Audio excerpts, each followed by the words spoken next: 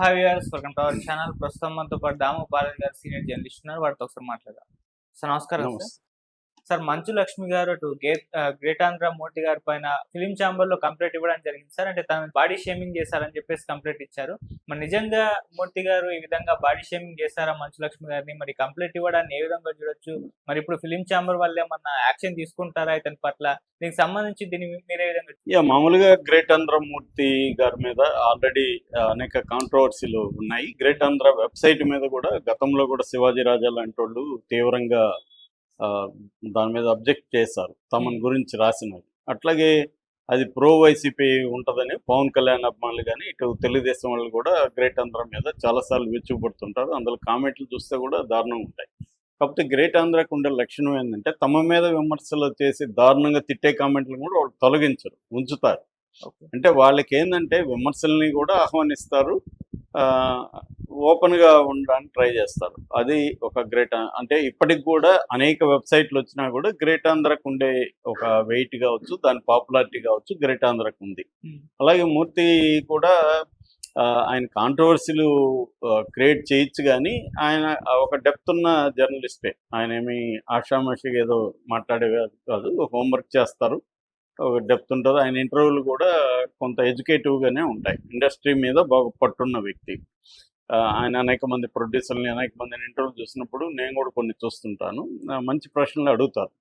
అయితే ఇవాళ ఉన్న మోడల్ ఏంటంటే నేను చాలాసార్లు చెప్తుంటాను. నిన్న కూడా ఒక సీనియర్ జర్నలిస్ట్ నాకు కనబడి మీ మీ టాపిక్ల్లో తమ్మునైల్స్ ప్రాబ్లం ఉంటాయి, తమ్మునైల్స్ ఒకటి పెడతారు, మీరు వేరే చెప్తుంటారు అని అన్నారు. అది వాస్తవమే, చాలామంది చెప్తుంటారు తమ్మునైల్స్ మిస్లీడింగ్గా పెడతారు అనేది. అది పెట్టడానికి మన మన ఛానలే కాదు, యూట్యూబ్ ఛానల్ అన్ని అలా ఎందుకు పెడతారనే దానికి రీజన్ ఉంది. అది ఎకనామిక్ రీజన్, ఫైనాన్షియల్ రీజన్. ఎందుకు పెడతారంటే వ్యూస్ ఎన్ని రెండు రకాలుగా మనకి ఇన్కమ్ వస్తుంది. ఒకటి, ఎంతమంది చూడాలి, చూసిన వాళ్ళ సంఖ్య. రెండోది, ఎంతసేపు చూడాలి. అంటే వాచింగ్ డ్యూరేషన్ అండ్ వ్యూయర్షిప్. ఈ రెండిటి మీద యూట్యూబ్ యాడ్లు వస్తాయి. ఇప్పుడు మినిమం 8 నిమిషాలు ఒక వీడియో ఉంటే 3 యాడ్లు వస్తాయి. లేకపోతే 8 నిమిషాల కంటే తక్కువ వీడియో ఉంటే 2 యాడ్లు వస్తాయి. 2 యాడ్లు వస్తే డబ్బులు తక్కువ వస్తుంది. సో అందుకని 8 నిమిషాల మినిమం చూసుకుంటాం మనం. ఒక 20 నిమిషాలు ఉండింది అనుకో వీడియో, 20 నిమిషాలు చూసారనుకో 4 యాడ్లు 5 యాడ్లు కూడా డబ్బులు ఎక్కువ వస్తాయి. కాబట్టి వ్యూయర్షిప్ ఎక్కువ ఉండాలి, వాచింగ్ డ్యూరేషన్ ఎక్కువ ఉండాలి. ఎక్కువ ఉంటే యూట్యూబ్ నుంచి మనకి వాళ్ళ యాడ్లు తీసుకొని 45% వాళ్ళు తీసుకొని 55% మనకి ఇస్తారు. ఇది కాకుండా కమర్షియల్స్ బయట నుంచి వస్తాయి. కమర్షియల్స్ రావాలంటే కూడా సబ్స్క్రైబర్ బేస్ ఎక్కువ ఉండాలి, వ్యూయర్షిప్ ఎక్కువ ఉండాలి, అప్పుడే మనకి కమర్షియల్స్ ఇస్తారు. ఇవి కాకుండా పొలిటికల్ పార్టీ వాళ్ళు కొన్ని ఛానల్కి డబ్బులు ఇచ్చి వాళ్ళకి అనుగుణంగా దాన్ని వేసుకోమని, కంటెంట్ వేసుకోమని చెప్తారు. ఇది బేసిక్గా ఇవాళ ఉన్న యూట్యూబ్ ఛానల్ కావచ్చు, వెబ్సైట్లు కావచ్చు, ఇవన్నీ బతికేది దీనివల్లే. సో అందుకని ఏం చేస్తారు, ఇప్పుడు దాదాపు 8 లక్షల ఛానళ్ళు ఎన్నో ఉన్నాయి తెలుగులో, ఇంకా పైనే ఉన్నాయి. సో ప్రతి ఒక్కరు ఒక ఛానల్ పెట్టుకున్నారు. ఇలాంటి కండిషన్లో ఈ కాంపిటీషన్లో మన దీన్ని చూడాలంటే ఒకటి ఎస్ఈఓ బాగా చేయాలి, రెండు థంబ్నెయిల్ అనేది వాళ్ళని హుక్ చేయాలి. హుక్ అండ్ హోల్డ్ అన్నా. హుక్ అంటే గాలం వేసి వాడిని పట్టుకోవాలి, చేపని పట్టుకున్నాక హోల్డ్ చేయాలి. హోల్డ్ చేయాలంటే కంటెంట్ బాగుండాలి, హుక్ చేయాలంటే థంబ్నెయిల్ ఇదిగా ఉండాలి. నిజానికి థంబ్నెయిల్ మన కంటెంట్ని రిప్రజెంట్ చేసే విధంగా ఉండడం అవసరం. కానీ ఇవాళ ఈ కాంపిటీషన్లు ఏంటంటే ముందు అసలు బతకాలి కదా, ఛానల్ బతకాలి కదా అన్న దీంట్లోకి వెళ్ళిపోయి థంబ్నెయిల్ ఎలా ఏ థంబ్నెయిల్ పెడితే చూస్తున్నారో దాన్ని పెట్టడం అనేది జరుగుతుంది. అలాగే కావాలనే కాంట్రవర్సీ క్రియేట్ చేయడం కూడా కొన్ని ఛానల్స్ కాంట్రవర్సీ క్రియేట్ చేస్తాయి. గ్రేట్ ఆంధ్ర కూడా అదే. సో ఆయన కొన్నిసార్లు కాంట్రవర్సీలు ప్రశ్న వేస్తూ ఉంటాడు. ఇప్పుడు ఆయన మన క్రిస్తో ఇంటర్వ్యూ చేశాడు. దాంట్లో క్రిస్ సినిమా గురించి కంటే కూడా ఈ హరిహర వీరమల నుంచి బయటకు ఎందుకు, మీకేమైనా గొడవల ఆయన చెప్తుంటే కూడా ఈయన అదే అడుగుతున్నాడు. ఎందుకంటే అదే బాగుపోతుందని తెలుసు కాంట్రవర్సీ. సో కాబట్టి ఏంటంటే క్రిస్ కూడా కొంత విసుగొచ్చింది, కానీ ఆపుకొని ఆయన జాగ్రత్తగా మాట్లాడాడు, తెలిసిపోతుంది మనకు బాడీ లాంగ్వేజ్. సో అది మూర్తి ఒక్కడే చేస్తున్నాడని అందరూ చేస్తున్నాం. మనం ఇవాళ ఉన్న మోడల్లో అందరూ కూడా ఏదో ఒక కాంట్రవర్సీ క్రియేట్ చేసి, అంటే ఛానళ్ళ సర్వైవల్లే దాని మీద డిపెండ్ అయింది కాబట్టి మూర్తి కూడా అది చేస్తుంది. కాకపోతే ఇక్కడ ఏంటంటే కొన్నిసార్లు అవతల వ్యక్తుల డిగ్నిటీ కావచ్చు, వాళ్ళకు ఉండే ఒక పరువు కావచ్చు, లేకపోతే వాళ్ళ మానసికంగా వాళ్ళని దెబ్బతీయడం కావచ్చు, ఇవి జరుగుతాయి మనకు తెలియకుండా. ఒక్కోసారి తెలిసి కూడా చేస్తారు. అవతలోడు హర్ట్ అయితే అవుతాడు, ముందు హర్ట్ అయినాక చూసుకుందాంలే, ముందు వైరల్ అయిపోతుంది కదా అన్న యాంగిల్లో చాలా మంది పెట్టేస్తున్నారు. అలాగా మూర్తి కూడా నిన్న ఆమె దక్ష అన్న సినిమా పేరు, దక్ష అనే సినిమా రిలీజ్ సందర్భంగా తెలుగులో ఇంటర్వ్యూలో వాళ్ళని ఆమె అనుకుంది. ఆమె యాక్చువల్గా ముంబైలో ఉంటుంది. ఒక 5 ఏళ్ల తర్వాత ఒక సినిమా ప్రొడ్యూస్ చేసి ఆమె యాక్ట్ చేసింది మెయిన్ క్యారెక్టర్. సో ఎప్పుడైతే ఆమె అలా ఇంటర్వ్యూకి ఫస్ట్ గ్రేట్ ఆంధ్రాని మూర్తికే ఇంటర్వ్యూ ఇద్దామని ఆమె అనుకున్నది. ఆమె ఇచ్చింది, ఇంటర్వ్యూ ఇచ్చింది. ఆ ఇంటర్వ్యూలో అనేక ప్రశ్నలతో పాటు ఆయన ఒక ప్రశ్న అడిగాడు.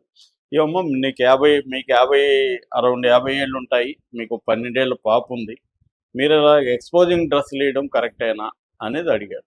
దాంతో ఆమెకి కోపం వచ్చింది. కానీ ఆమె కోపాన్ని అంచుకొని చాలా బ్యాలెన్స్డ్గా, మీరు ఇదే ప్రశ్న ఒక మహేష్ బాబుని అడగగలరా? మహేష్ బాబు కూడా అంత కూతురు ఉంది, మహేష్ బాబు బేరబాడీతో ఆపుకుని ఎక్కడికి తిరుగుతుంటాడు, అలా అడగగలరా? హౌ డేర్ యూ, అంటే నీకు ఎంత ధైర్యం నన్ను అడగడానికి, ఒక మహిళని ఇలాంటి ప్రశ్న ఎలా అడుగుతారు మీరు అంటే, ఆయన కూడా నేను మహేష్ బాబుని అడగను అని చెప్పాడు. సో అంటే ఏంటి, స్త్రీ అంటే నీకు అంత తక్కువ అభిప్రాయమా అనేది ఆమె గట్టిగానే మాట్లాడింది. దాని తర్వాత దాంతో ఊరుకో ఉండకుండా ఈరోజు ఫిల్మ్ ఛాంబర్ ఆఫ్ నిన్న ఈవినింగ్ ఫిల్మ్ ఛాంబర్ ఆఫ్ కామర్స్లో AP film chamber of complaint ఇచ్చారు. ఇక్కడ ఏంటంటే మనకి ఇది పేట్రియార్కిల్ సొసైటీ, అంటే పితృస్వామ్య సమాజం.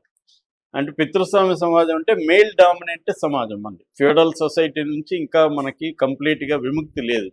ఈ పితృస్వామ్య సమాజంలో భావజాలం ఉంటుంది, ఐడియాలజీ కూడా ఎలా ఉంటుందంటే, స్త్రీలని ఒక రకంగా చూస్తాము, మగవాళ్ళని ఒక రకంగా చూస్తాం. ఇప్పుడు షారుఖ్ ఖాన్ బేరబాడీలతో లేని వాళ్ళు ఎవరు? ఇవాళ హీరోలు అందరూ 6 ప్యాక్ చేసేది దేనికి? బాడీ చూపించుకోవడానికి.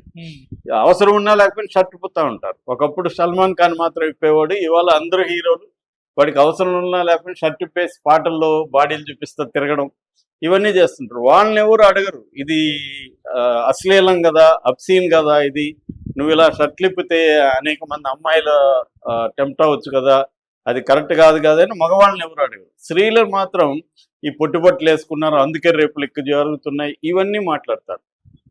నిజానికి మనం స్టాటిస్టిక్స్ చూస్తే రేపులకి బట్టలకి సంబంధం లేదు. ఫుల్గా చీరలు కట్టుకునే వాళ్ళు చిన్న పిల్లలంతా కూడా రేపులు చేస్తున్నారు.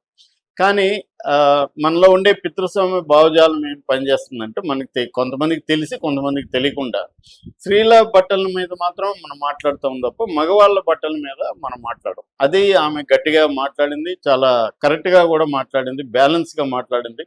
అది కూడా రాసింది ఆమె రిపోర్ట్లో. నేను ఎక్కడ కోపం కోల్పోలేదు, గ్రేస్ఫుల్గానే సమాధానం ఇచ్చాను, అట్ ద సేమ్ టైం సైలెన్స్గా ఉండకూడదు అనేది కూడా మాట్లాడింది. అంటే మేల్ డామినేట్ సమాజంలో నేను ఎంతో కష్టపడి ఇండస్ట్రీలో పైకొచ్చాను, ఐఎమ్ ప్రౌడ్ అని కూడా చెప్పింది. అట్లాగే నేను సింపతి కోరుకోవట్లేదు, అకౌంటబిలిటీ కోరుకుంటున్నాను అనేది కూడా చెప్పింది. రెండోది ఆయన ఒప్పుకున్నాడు కూడా, హర్ట్ అవుతారు, వైరల్ అవుతుంది కదా ముందు వీడియో అన్నాడు. సో అంటే ఇద్దరికి ఉపయోగపడుతుంది కదా అన్నట్టుగా ఆయన మాట్లాడి ఉండొచ్చు, రాయలేదు. కానీ ఆయన కూడా ఏమంటుంటాడు, అమ్మ మీ ఇంటర్వ్యూ పాపులర్ అవ్వాలంటే ఇలాంటిది ఒకటి అడగాలి, మీకు హెల్ప్ అవుతుంది నాకు హెల్ప్ అవుతుంది కదా అనేది చెప్పుండొచ్చు. ఆయన ప్రాక్టికల్గా ఆయనకి ఆ ఉద్దేశం ఉండొచ్చు, ఎందుకంటే చాలామంది ఇలాగే మాట్లాడతారు. కాకపోతే ఆమె హర్ట్ అయింది, ఎందుకంటే ఆమెకి ఇలాంటి ప్రశ్నలు అనేకం ఎదురవుతూ ఉంటాయి సమాజంలో కూడా. కామెంట్లు పెడుతుంటారు. ఈ మధ్య కామెంట్లు చూస్తే మన మీద కూడా అందరి మీద కామెంట్లు దారుణంగా పెడతారు, ఎందుకంటే వాడు కామెంట్ పెట్టడానికి ఏముంటుంది, ఎవడైనా పెట్టచ్చు. సో అందుకని స్త్రీలు ఎదుర్కొంటారు. ఇప్పుడు అనసూయ మీద కూడా ఇదే కదా, అందరూ ఆమెను కెలకడం, బట్టల గురించి మాట్లాడడం. అంటే మగవాళ్ళ బట్టలు, మగవాళ్ళ శరీరము, దీన్ని గురించి మాట్లాడరు. కానీ స్త్రీల శరీరము, స్త్రీల ప్రజెంటేషన్ కావచ్చు, బట్టలు కావచ్చు, ఇది ప్రతి ఒక్కడు పబ్లిక్ ప్రాపర్టీ లాగా నా కంట్రోల్లో ఉండాలి, మగవాడి కంట్రోల్లో స్త్రీ ఉండాలి అనేది అనుకుంటారు. సో భర్త కంట్రోల్ చేస్తాడు, నువ్వు ఎలాంటి బట్టలు వేసుకురావాలి, ఎలా ఉండాలి కొడుకు కంట్రోల్ చేస్తాడు, తండ్రి కంట్రోల్ చేస్తాడు, సమాజంలో ఉండే మిగతా మగవాళ్ళు కంట్రోల్ చేస్తారు, అనేక ఇన్స్టిట్యూట్స్ కంట్రోల్ చేస్తాయి. ఇది ఒక యాంగిల్. దాన్ని ఆమె గట్టిగా ప్రశ్నించడం అయితే నా అభిప్రాయం కరెక్టే. ఆమె చాలా మందికి ఇన్స్పైర్ కూడా అయింది, మంచి రెస్పాన్స్ కూడా వచ్చింది. ఆమె అడిగిన తీరు కూడా టు ద పాయింట్ అడిగింది, ఇంకేమీ మాట్లాడలేదు. నేను వేసుకుంటే నా ఇష్టం అవేమీ అనలేదమ్మా. ఈ ప్రశ్నని మీరు మహేష్ బాబుని అడుగుతారా అనేది మాత్రం మాట్లాడింది. అది పిన్ పాయింటెడ్గా ఉంది. చాలామంది నా ఇష్టం వచ్చినట్టు వేసుకుంటా అలా మాట్లాడినప్పుడు చాలామందికి చూసేవాళ్ళు కూడా కోపం వస్తుంది. కానీ ఏం అట్లా కాదు, రీజనింగ్ ఉంది, లాజిక్ ఉంది. ఇదే ప్రశ్న మగవాళ్ళని అడుగుతారా, మగ హీరోలను అడుగుతారా అనేది.